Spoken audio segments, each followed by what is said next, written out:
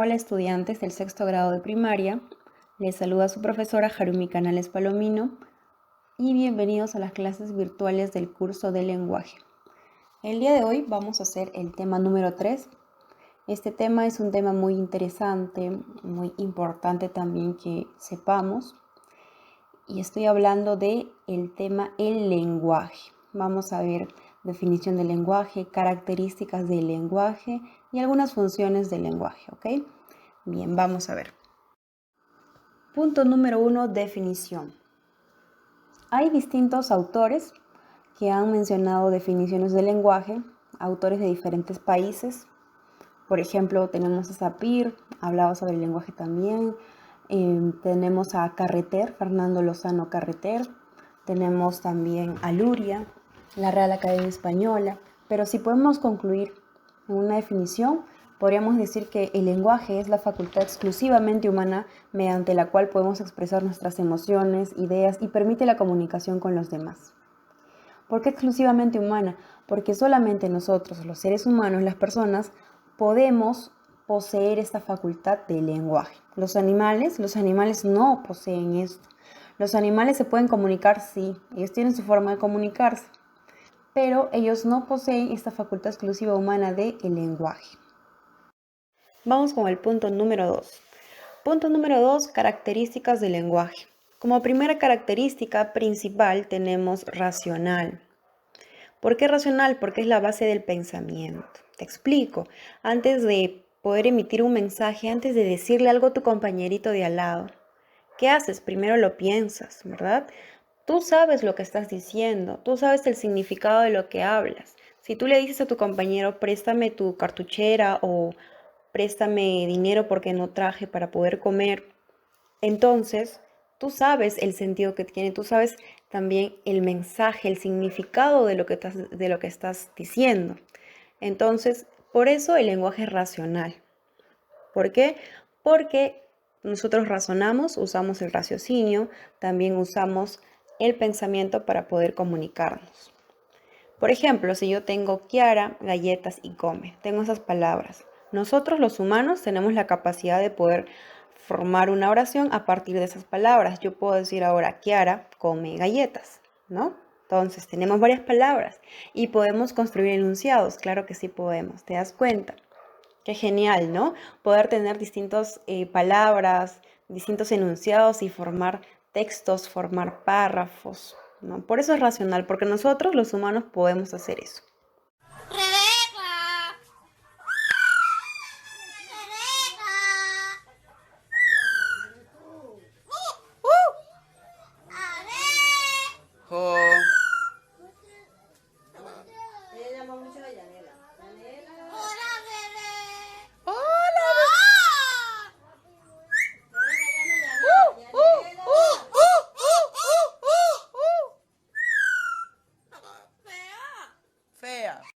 Una vez he escuchado a este lorito, es un loro curioso, ¿verdad? Tú te habrías preguntado antes, tal vez, si los loros hablan, le has dicho a tu mami, mamá, los loros pueden comunicarse como nosotros mediante el lenguaje.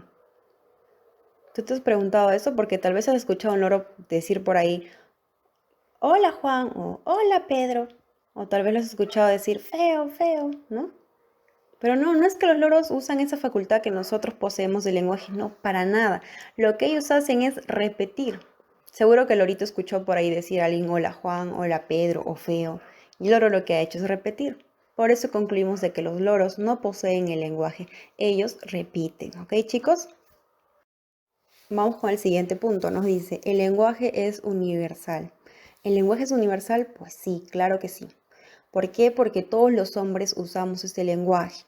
No importa dónde nos encontremos, no importa el lugar, no importa el origen, la raza, la cultura, nosotros podemos usar este lenguaje. Así estemos en China, como ves el arbolito de abajo, ves distintos países, así estemos en Brasil, así estemos en Italia, en México, en Estados Unidos, en cualquier país, todas las personas, los seres humanos, usamos el lenguaje, ¿ok? No importa tampoco de qué raza provengas, no importa tu cultura, igual podemos usar el lenguaje, todos los seres humanos.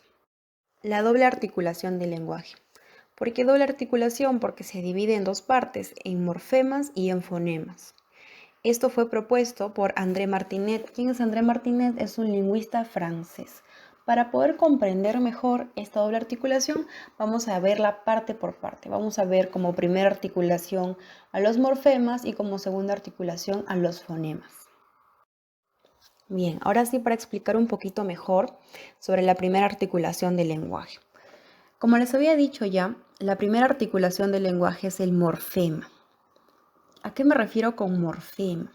Morfema es una unidad mínima que sí posee significado. Por ejemplo, vamos a la parte de abajo donde dice niñito. Tenemos ahí, ven un niño bailando. Vamos a desglosar, vamos a separar esta palabra niñito, sacándole primero su raíz o también llamado lexema, como lo ven ahí. Nos dice niñito. Lexema, nin, ¿no? Que significa que viene de niño, ¿verdad? Luego sigue it, que viene de diminutivo, ¿no? Niñito, de diminutivo. It va a referirse al diminutivo. Y la O me voy a referir al género, porque yo también puedo decir niñito o niñita, ¿no?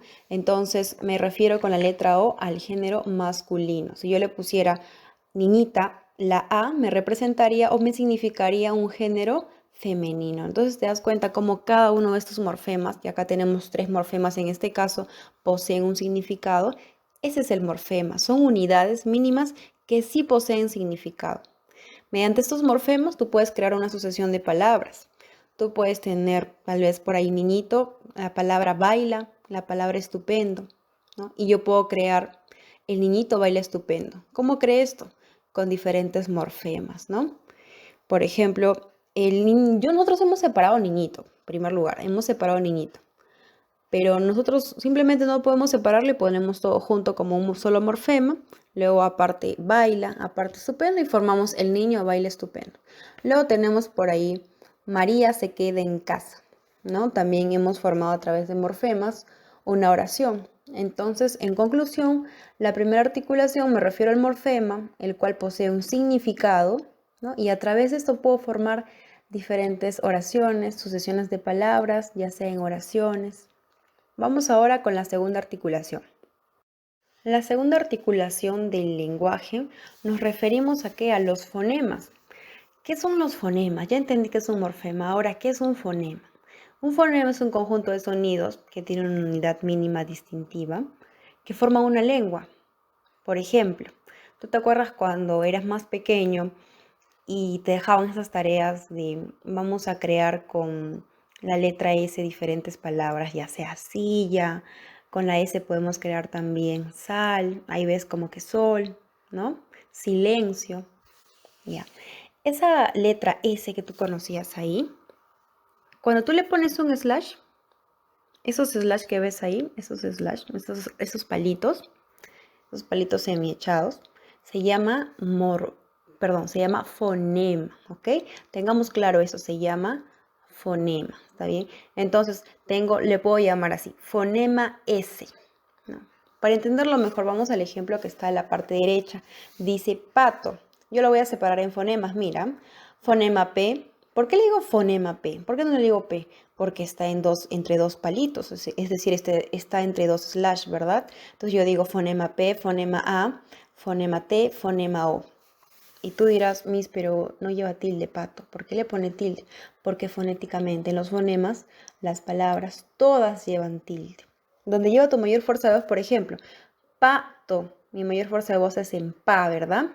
Entonces, ¿dónde? Específicamente en la A, ¿no? Entonces sí le pongo su tilde. ¿Por qué? Porque son fonemas. Ahí lo estamos viendo como fonemas. Vamos a Anita. A, fonema N, fonema I, fonema T y fonema A. De la misma manera le vas a poner tilde al fonema I porque es ahí donde lleva su mayor fuerza de voz y te dije que todas las palabras cuando lo dividimos en fonemas llevan tilde. Última característica del lenguaje. El lenguaje es innato. Noam Chomsky, otro lingüista estadounidense, nos dice que el lenguaje es aquello que nace con nosotros. Por ejemplo, cuando tú eras un pequeño, cuando tú eras más pequeñito todavía, cuando eras un bebé, tú decías ga, gu, ma, pa, ta, ¿no? Entonces, Chomsky dice que nosotros ya nacemos con este lenguaje, ¿no? Que nosotros tenemos una herencia genética, una predisposición genética para poder nacer con este lenguaje y así poder comunicarnos. Eso es lo que nos dice Chomsky.